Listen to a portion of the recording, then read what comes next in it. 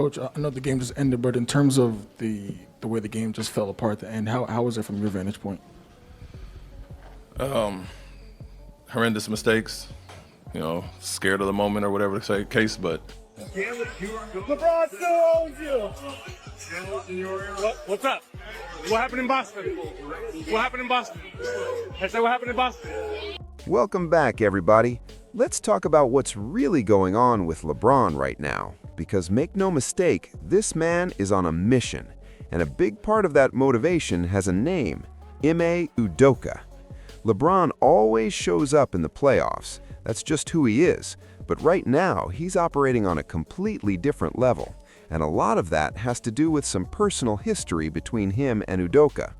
People haven't forgotten that moment when the two got face to face after Udoka directed some serious disrespect LeBron's way, specifically calling him the B word. That's not the kind of thing LeBron let slide quietly. And it didn't stop there. Udoka was also caught on camera yelling toward the bench at JJ Redick, demanding Bronny get put into the game, and not in a respectful way. He used that same word, calling Bronny that little B. Meanwhile, JJ Redick was standing there trying his absolute hardest to keep a straight face. So when LeBron found Bronny on that alley-oop, you have to understand what that moment meant. That wasn't just a highlight play, that was a statement. And Bronny backed it up with a solid performance, going 2 for 5 from the field with 5 points, including a three-pointer. When someone questions what you're capable of, Sure, when the last time I got a hoop from him, probably in training camp, like last year or maybe this year, but yeah, it was just one of those things. It was like he saw me and saw that I was making eye contact with him, so he threw it up, and I'm gonna always go get it. So. After the game, Ime Udoka didn't hold back. He had plenty to say, and a lot of people took notice, specifically because of how openly he criticized his own players. Rather than deflecting or keeping things in-house, Udoka went straight at his team in front of the cameras. He called them out for poor decision-making, questioned their composure, and essentially said they weren't ready for the moment, using words like scared and afraid to describe how they performed when it mattered most. That's a strong thing to say publicly about the guys in your own locker room, and it didn't sit well with a lot of people watching.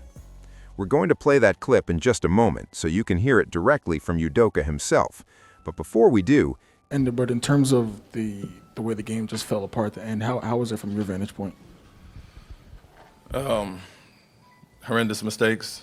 I don't know if you want to say youth or, scared of the moment or whatever the case, but yeah, you have a 6-point lead with 20 or 30 seconds to go, get a rebound, and just have to hold the ball and get fouled, or it's basically a 1-on-4 and we throw it away. To combat it, make it worse, a terrible foul on Marcus Smart to give him 3 free throws. Next play, backcourt, you got it. Doubles coming, you try to split it instead of throwing it to Alpy wide open. Another turnover, and then James makes a tough shot. Then the final play, for the last shot, we don't run what was drawn up. All the above. Coach, just kind of what was your general messaging to the guys after this loss, now down 0-3 in the locker room?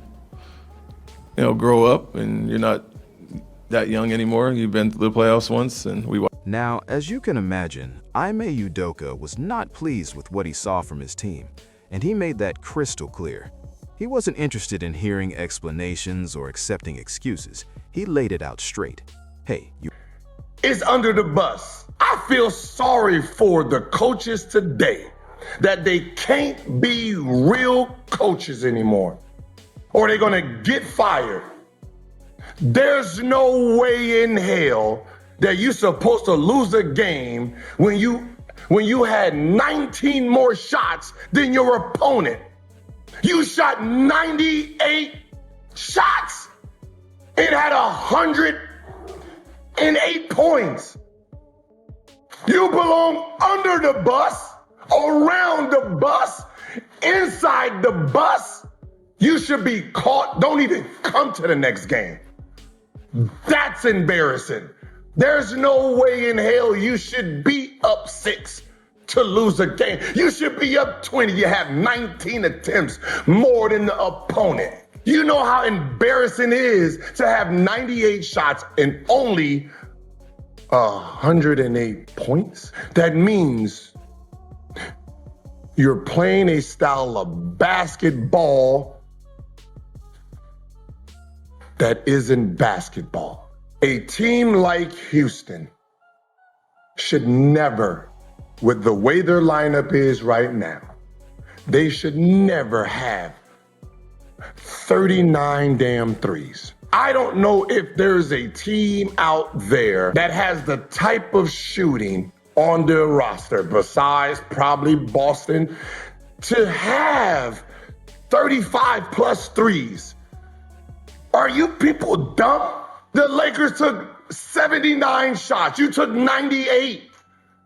You lose. Why? Because the other threes that you're taking from the people who can't shoot threes. I'd rather see Steph take a fucking half-court shot than some of you taking three-pointers. He has a better shot making that shot. That's the embarrassment of this. That you all think that at your big age, you learn how to shoot while you got to the NBA. You think you can be in these moments and take open threes because you're open. There's a reason you're open. Is Kevin Durant ever open? Huh? Is he ever open? How often is Luka open? Huh? Right? There's a reason his percentage is bad or lower, because every three he takes is a damn step back three, because he's a threat. Anthony Edwards, he don't have open threes. That means they want you to shoot the three. They will rather you shoot threes than let the best player beat us. The game plan, fellas, in the playoffs is if we have to pick a guy to shoot a three and leave open or slow rotate two, if you keep getting open threes, it's you. You're doing your team a disjustice by playing to the opponent's game plan. At the end of the day, it's pretty clear that Gilbert Arenas believes Houston deserved every word of that criticism Udoka put on them. And honestly, I'll throw my own take into the mix here. It really feels like Kevin Durant might be shying away from the competition. Now, I know what people are saying. It's the injury. He needs more time. But here's the thing. He did come back. He suited up, he played, and from what the box score showed, he put up around 25 points in that game. That's not a man who can't compete. That's a guy who, when healthy enough to take the floor, can still produce at an elite level. This is the playoffs. You lose, your season is over, and then you've got the entire offseason to recover. So it's hard to sit here and say there was absolutely no way to get him out there, even with some kind of treatment or pain management to push through it. And what makes it even harder to buy into the injury excuse is the fact that they lost the game he actually played in. So whether he's out there or not, the results haven't been great